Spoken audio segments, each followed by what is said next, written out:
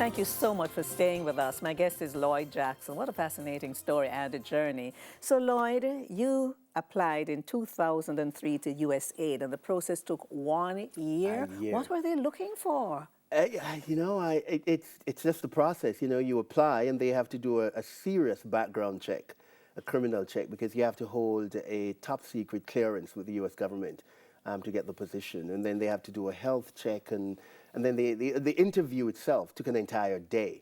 You walk in and you do one-on-one interviews, and they put you with a group and you had to do a group interview, and then you go to another group and you had to write a paper and you had to present it. And then you wait and you hear, and then you have to learn a second language. And so for 6 months, I studied French as a second language. And so it's just a very, I mean, it's one of the jobs of the U.S. government that you have to basically renounce your second citizenship. I remember that was exactly my reaction when the investigator came to me and he said, you have to give up your Jamaican citizenship. I said, what? I said, I cannot believe I told them. I said, you know what? Why don't you leave and come back? I will call you. I said, I will think about it and I will call you and let you know if I'm going to do that. And I thought about it. I talked to my wife at the time and the friends I had at the Jamaican embassy in Washington, D.C. And so I decided to do that, because I'm a Jamaican, right? I have my Jamaican birth certificate. And I'll be all right. So I did that, and I have the U.S. citizenship, and that's what they required. You have to, we take when you are commissioned, as they call it, as a Foreign Service officer, you take an oath and pledge allegiance to defend the Constitution. It's the same oath of office that the Vice President takes. The only thing that's different is that he says his name and I say my name. But it's the same oath of office that you have to take to be a commissioned Foreign Service officer for the U.S. government. 2004, you start working. Right. And guess what his first placement was? Jamaica. So I came back. They train you for a year. It's an intensive process. And during that year, while you're stationed in Washington, D.C., you get the opportunity to go overseas and do short-term assignments. And so I came back to USAID Jamaica, and I walked in the USAID.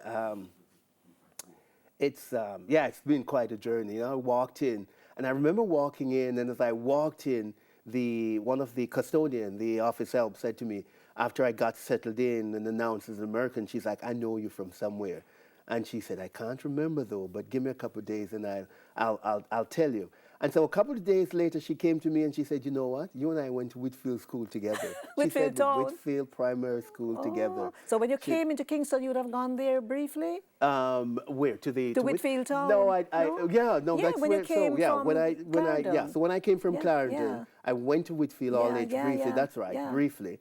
And then it was probably a couple of years, and then after that it was stats. Look at that. And so I walked in and she said, yeah, we went to Whitfield together. And then I walked in and my colleagues, Jamaican colleagues, were there talking. And they were sitting and they're just like, here comes another American. And, they bust out in the patois. And when they said it, they said, I'm not going to tell you what they said. But it's just like, here comes another. And then when I answered them in patois, that must have been they funny. were blown away, but we became good friends. And so it was interesting. So that was my first short-term assignment, coming back to Jamaica and serving at USAID. You've been to several countries. You've worked in several countries. Perhaps I should just ask you to list them and tell me what the experience was like. So after that, my first overseas long assignment was in Haiti. So I worked in Haiti for 3 years. And then after Haiti, I worked in, where did I go after Haiti? I went to Pakistan. And then after Pakistan for 1 year, I went to Nigeria for 3 years. And then after Nigeria, I went to Kosovo for 3 years. And then after Kosovo, I went back to Pakistan for another year.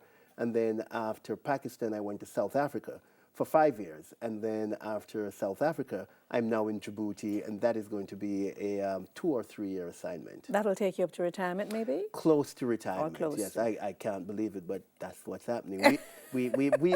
Us as Foreign Service officers, as U.S. diplomats, we must retire to age 65 unless you get a 1 year extension. So I'm looking at that and I'm thinking, wow, can't believe it's coming up. But when you were in South Africa, Yeah. your responsibilities were not only for South Africa. Right. So in South Africa, the USAID office there has responsibility for Namibia, Botswana, Lesotho, Swaziland, and South Africa, and I'm forgetting one country, Namibia. And so while in South Africa, we cover a total of 6 countries. And so I would travel to all of those countries and do work on behalf of USAID, US government, yes. What really is your responsibility and your role as a Foreign Service Officer for USAID? Right. So USAID is the development arm of the government. We're always at the embassy, wherever we are. And so we are responsible for the education programs, the health programs, economic growth programs that are designed and developed and implemented by the U.S. government to assist developing countries.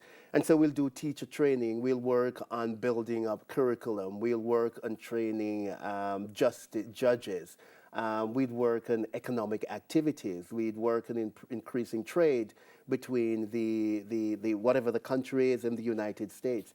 And so it's a myriad of activities. And so my responsibility at that time, or most of my career with USAID, was in charge of managing the budget, managing, monitoring, and evaluation of activities that we do to ensure that they achieve their objectives, reporting to Congress, working always with an ambassador, writing the speeches, accompanying he or she when they go to look at USAID activities. And so that would be interacting with the public because all the offices, all the questions, queries would come into my office. In Djibouti, I'm head of USAID. And so I do those things, and then my staff is responsible for the day-to-day management of the activities that we implement there in Djibouti. You speak about reporting to Congress and working with the ambassadors. Have you ever had the chance to get to the White House? Yeah, I've been to the White House twice. So I've been to the White House when President Bush was there, and also when President Clinton was there as well. So I've been to the White House on 2 occasions. You haven't met President Obama? I met him from afar when he came to USAID once when I was back in Washington.